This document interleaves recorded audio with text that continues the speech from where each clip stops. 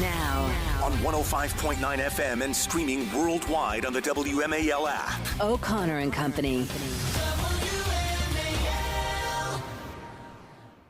7:06 on this Friday morning in your nation's capital, 21st day of June. Heat wave continues. We're going to keep things cool for you throughout this morning before we hand it off to the incredible, the effervescent, the, may I say, ruggedly handsome Chris Plant. Before we, what, Mercedes? Do you not? Are you saying he's not handsome? The ruggedly handsome, like a handsome he's like man. Clint Eastwood or something like that. You're so Yes, he does have a Clint Eastwood thing about him. Oh boy, here we go. He's no Sean Spicer, but he's pretty hot. Coming up at 7:35, FCC Commissioner BRENDON Carr will join us. GOP Chairman Rich Anderson will join us at 8:05. And then at 8:35, Jennifer Say, banned from TikTok for thinking women are women and men are men. That's Mercedes Schlapp. I'm Larry O'Connor. And here comes Sean Spicer, host of The Sean Spicer Show. You can find him at SeanSpicer.com. And Sean, as if you weren't busy enough with all of your projects, now you are starring in a brand new documentary about the Trump rallies, or more importantly, about the guys who show up in the front row of the rallies. The movie's called Front Row Joes. Thanks for joining us to talk about it. It's great to be with you. Basically, the nexus is Mercy called me and said, I need to be a movie star. Can you create a documentary? So we did this documentary called Front Row Joes. It's out today. You can go to salemnow.com or frontrowjoes.movie. And it's got Mercedes Schlapp in it. I mean, that's fantastic. We talked to the folks at the Sean. Yeah. I'm the secret weapon. The problem is we started making this movie during that whole Screen Actors Guild strike, which was the issue with getting Larry involved. You know how exactly. he is. Oh no, I have anyway, I have people. I really appreciate you having me on because this is like a passion project for me. I have been doing campaigns for 30 years. I've never seen a political movement like Trump's. People literally camping out to go to these rallies after rally after rally, some of them numbering close to 100 rallies where they're spending upwards of $50,000 going to rallies. And for a lot of listeners, you're thinking like these are Grateful Dead type people who follow the band, if you will. So Yes. we sat down with Trump. We sat down with the followers. We followed for 2 years. We followed these people from their homes. And today it launches on Salem. So if you go to salemnow.com, you can check it out. In all seriousness, we sat down with Mercy because CPAC plays a big part in Trump, and the CPAC's obviously big in the DMV and big in the movement. And so we talked to, these folks come to CPAC. So many people come to CPAC, and we wanted to get Mercy to give us the behind the scenes scoop on like what that was like for these folks and why Trump is so enamored with coming to CPAC and why he continues to come to CPAC. But we talked to a number of people and asked them about their take. We talked to reporters who said, God, I'd never seen anything like this. And I personally believe if we didn't capture this now, that it would just die in history and no one would. It's a story that no one wants to tell. Exactly. Yeah. And you know that these reporters, I've got an op-ed out today, and I talk about the fact that after the 2016 election, a lot of these reporters and frankly, there were senior executives from NBC that came and said, well, we missed it. We've got to start going to these places that you speak of, these places that aren't Los Angeles and New York, and pet you like it's a zoo and be like, wow, look at the crazy person that believes in religion and the Second Amendment. Yeah.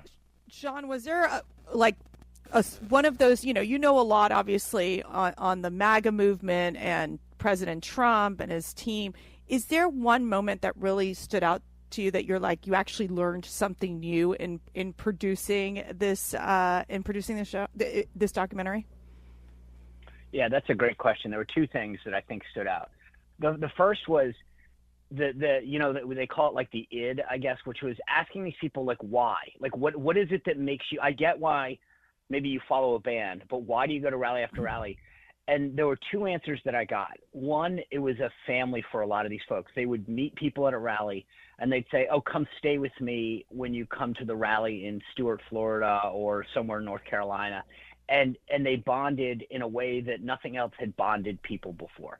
And the second was you in the documentary, there's a guy named Rick Frazier, who's one of the Front Row Joes, and he lost his daughter to fentanyl. And it's a very moving story that he tells about why he thought President Trump was addressing issues that mattered and why President Biden wasn't. And so I learned a lot about who they were. And the second big question that we seek to answer and it's a 2-part documentary. They're only 30 minutes apiece, so it's like, you can handle it. Is in the second one, I think, and you talk about this. We have you and so many others asking this question: where does the movement go? Right? It's and I feel like even for the Grateful Dead, I was just listening to they've got this Dead and Company tour, and they're trying to keep the movement going. And the question for President Trump's followers is, after 2028, where do they go? Some people are speculating that maybe Don Jr., an adult child, sort of steps up to the plate and takes over the movement. Some are saying that there's other political folks. But I think it's an open question. And I think we were asking them, where does it go from here? And the part 2 of the documentary really asks and focuses on that. Where do they go? Because it's a movement built around Trump, but has he built it so big that it's bigger than him? Well, and that the movement goes, or does it live and die with him? But people have been asking this since 2015 in the Golden Escalator. Is this a cult of personality just about Donald Trump, this bigger than life man? Or is this really about the ideas and the patriotism and the pro-America agenda that he represents? And, well, maybe that question will be answered in Trump's Front Row Joes. That's the movie. You can get it at frontrowjoes.movie, or at least get information about it. Salem now is a streaming service that has a lot of great movies available, including this. And Sean Spicer is not only the executive producer, but he also conducts an interview with Donald Trump. Sean, congratulations on this project. It sounds fantastic, and I'm looking forward to seeing it. I saw the trailer, and it looks great. It's a great concept. While I've got you, I would be remiss in not drawing on your great political knowledge. I knew it. I knew something was coming. I knew it. Is this about George Santos joining OnlyFans? I'm not going there. Actually, I was going to ask you about this latest batch of swing state polls from Emerson. It shows Trump not only leading in all the swing states again, like up 4 in Arizona, up 4 in Georgia, up 2 in Pennsylvania, but he's also now tied in Minnesota, and he's down to single digits in New York. Going into the debate next week, this is impressive. Yeah, and by the way, fun Sean Spicer fact, I was the last Republican elector in the Commonwealth of Virginia in 2004. I know you've got Rich Anderson coming up, so, just throwing that out there. Fun fact. Thanks for making it about you, Sean. That's great. But could you give us some political analysis now? Yeah. So, look, I think that it's not tough to realize. I think people, going into the holidays where they're thinking about traveling for the 4th of July or whatever, and they see gas prices, the cost of inflation, just the other day I saw something about how bacon still is way up. And, there's things in our everyday lives that we see. And there is a sharp contrast. For the first time in our adult history, this is not a hypothetical race. It's not, I will do this if I'm elected. You can clearly contrast 4 years of Trump with almost 4 years of Biden. Yeah. Politically, domestically, energy, taxes, you can look at foreign policy and think of all the chaos that's happening in the world. I think that's benefiting Trump. And to your point about the debate that's coming up Thursday, look, here's what I would say about this. If I was Donald Trump, and I know this is tough, but he's got to get up there and just say, hey, everything's got to be about the record. The only thing the Democrats have are abortion and quote-unquote democracy, right? So I think Trump has to say, listen, Joe, I know that you want to talk about all these other things. Let's talk about life under you, because when I was here, we had a secure border, unemployment was lower, we were safer as a country. We regulated our border who came in. The world was safer. Iran wasn't doing what it was doing. Russia hadn't annexed anything in 4 years. You've made the world and this country worse. Full stop. And just repeat that over and over and over again, and let the stuff go. Everybody who wants him to talk about Hunter Biden and everything else, remember, you're already with him. That doesn't bring a single voter. Remind the 3-4% in each of these states that's undecided. Until look at that last poll in Virginia. There's only 4% that it's undecided. I think those people are under a rock or stuck under the boardwalk in Virginia Beach.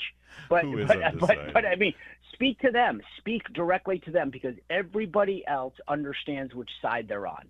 And the more you can focus entirely on his record and say, things were better under me than they are under you, and make Biden defend the records, because he can't. And that's the one thing that I get, the personal attacks, I get the mental acuity, all that stuff. You're not winning. They're great arguments, and they reinforce stuff for the base, but they don't bring anyone new to the party. Yeah.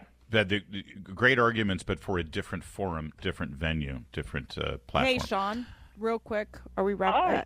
It's I know Larry just wanted to ask you all the questions, but I'm here too. By the way, Patrice normally runs these things, so just feel free to take it. Really? Well, I feel very one in submissive. there. It's hard to get more than one in with Spicer. Okay. That's true. That's true. But Sunday's a really special day. Do you know why? Oh God, Sean. Because that's the day that the Lord asks us to rest and acknowledge. Thank you. Him. That is the correct answer. It is.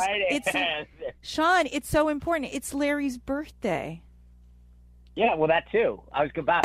You didn't let me finish. It's like CNN over here. It's Larry's birthday. Yes, absolutely. And I got him something from GarageDoor.com, which is, I don't. It's GarageDoorRepair.com. Thank you. And that would Sean's be a always gift. looking out for you. Now this is going to be awkward then. Yeah. Wow. When you unwrap it, you're going to be like, hey, Thanks for. I gave it to Meredith, by the way, so if you don't get it, just blame her. I will. I usually do. Thank you, Sean. I don't want you ever talking to my wife without my. By the way, present. just so you know, if you go to SalemNow.com, you can actually give somebody the movie. So if you want to gift it to someone, there's a button there. Oh, that's awesome. There it is. That's our gift. That's all I want for my birthday is. So you can see Sean and I in the documentary. Larry, Yeah, you don't get enough of of us. us. We're getting asked to do that movie. That's a birthday to remember, baby. A birthday to remember. SeanSpicer.com is for all things Sean Spicer. Check out the Sean Spicer Show. It's something that I used to appear on years ago, but not anymore. Thanks, Sean. Ooh. Happy birthday. Well, we've gotten a lot bigger. I understand. Well, yeah. Let's face it. You had nowhere to go but up. It's 7:18. WMAL. Making sense of the news. Live From the Home Paramount Pest Control Studios. Home Paramount, the leader in pest control since 1939. On the next Vince Colonnade Show, President Trump has a plan to make you a lot wealthier. Will it work? We'll explore the details. Join us 3 to 6 right here on WMAL. Yeah, what you're about to hear is not parody. It's not satire. It's not from the Babylon Bee. This is a legitimate medical drama on NBC. It's called New Amsterdam. And, well, listen to this scene where a doctor completes an examination of a young man who is ailing. He comes out and talks to the boy's mother to talk about the prognosis. And, well, listen to how the scene develops. Make yourself comfortable. There's a couch over there. Hey, is he okay? Yeah, he's okay. I had Cephas answer some questions from a Harvard test known as unrest. It is designed to measure someone's level of social resistance. Social resistance. When people like us oppose the values and policies of the dominant culture. That's right. And what does that have to do Your with... son, he feels threatened on a daily basis. Like everything he's earned can just be taken away. He's disenfranchised. But because his life is seemingly free from all this, because he can't name it, he's internalizing it. Name what? Racism. I think your son's tumor was caused by racism.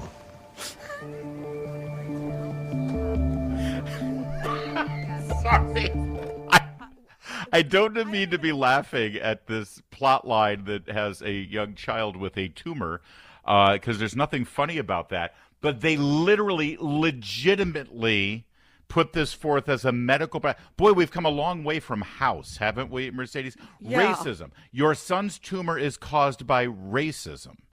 Well, That's the plot line. I can't believe you're laughing at this, Larry, because the episode comes from this reference from this questionnaire by this group called Unrest. Unrest, yeah. Which they developed At a social Harvard. resistance framework. And it suggests that power relations with society may encourage members of non-dominant minority groups to actively engage in acts of everyday resistance, which may include risky and unhealthy behaviors. And then you have Right, but that has nothing to do with getting a tumor. Well, but they're saying in this 2019 study from the scientists of University of Southern California, because of course it has to be from California, and University of California at Los Angeles, they determined that African Americans had higher levels of inflammatory molecules than their white counterparts. I mean, there is a study.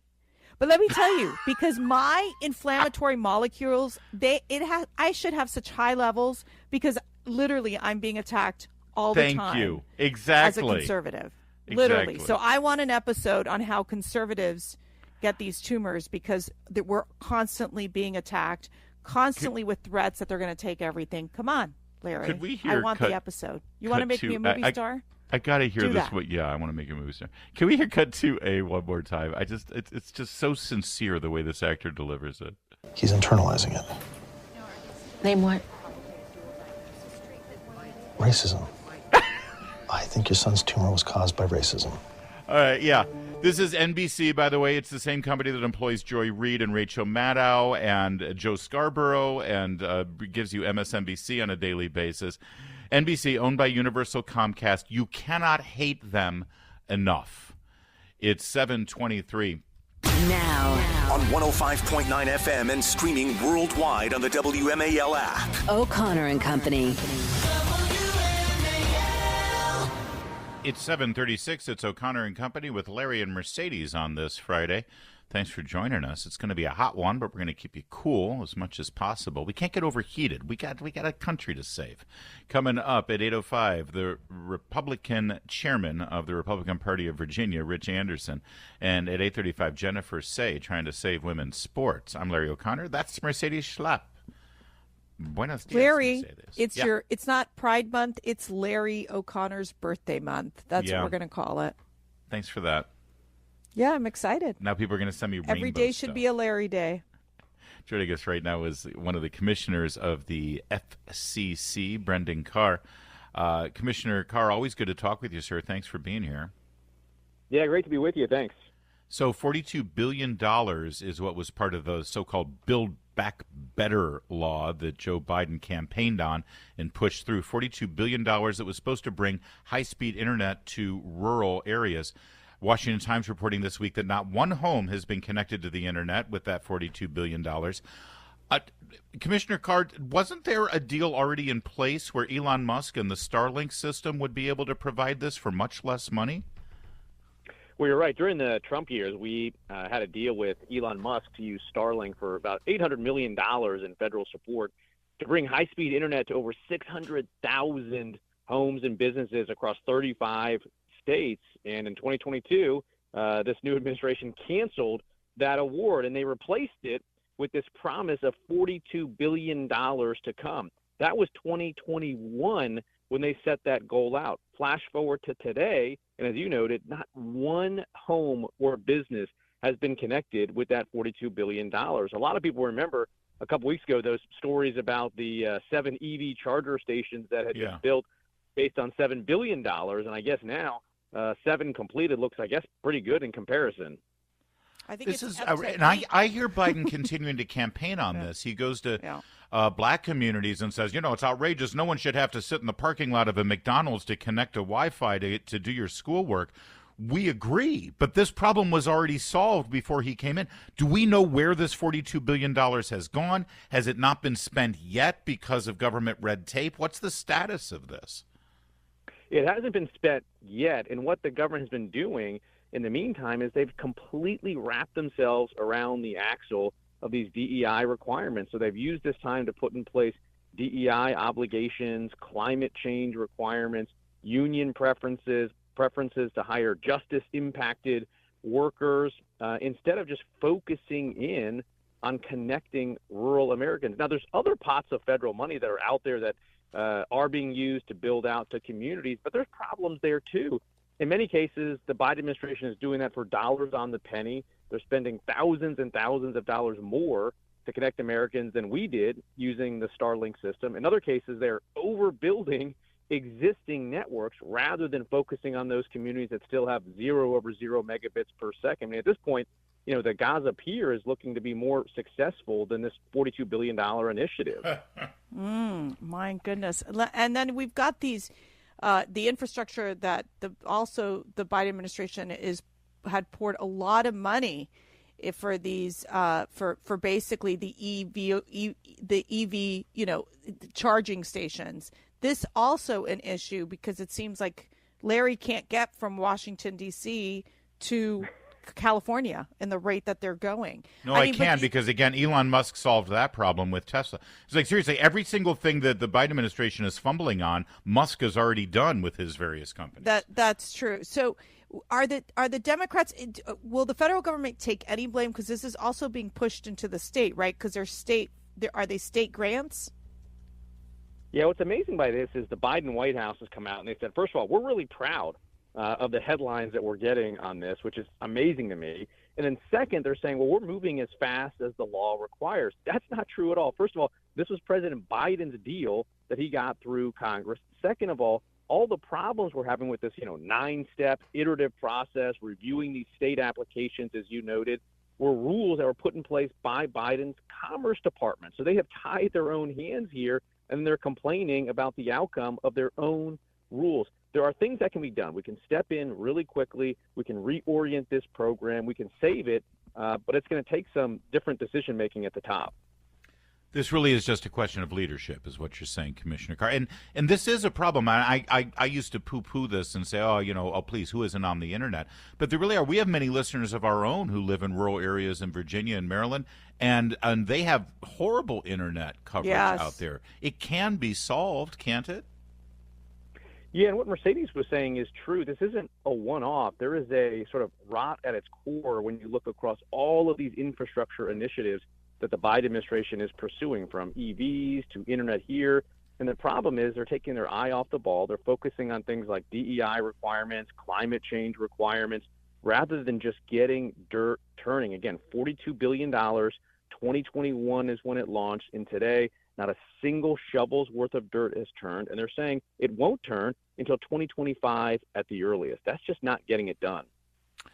And the only thing that will right this ship is probably just getting somebody new in charge of the executive branch, right? I mean, ultimately, Congress can scream about it, and they can, threaten to cut off funding. But ultimately, the executive branch is where these things actually get done. And if you've got a feckless CEO, you're not going to get anything fixed.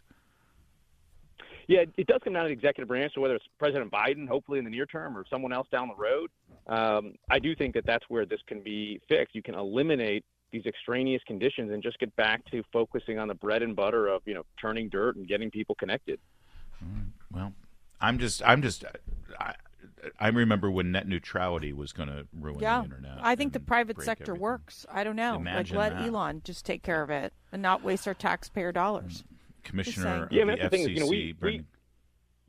We unleashed so much private sector builds. When I started in 2017, for those first 3 or 4 years when I was on this job, we deregulated, we got the government out of the way, and we were setting records for new fiber builds, new small cells going up, 5G leadership, and we sort of flatlined on all that recently.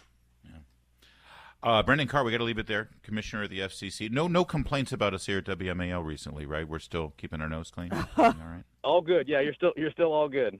All right, thanks. How many strikes do we get, by the way? Just curious, because I want to be able to. Yeah, you got at least one card to play. You haven't called it in yet, so we'll see how that one goes.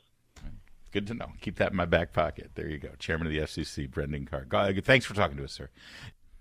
State Department press briefings are usually rather dry affairs, although I will say a stalwart of the press corps there that covers the State Department, Associated Press's Matt Lee, always asks probing and challenging questions. Honestly, I don't know what his politics are. He's just so good no matter what administration is there. He always challenges the person at the podium.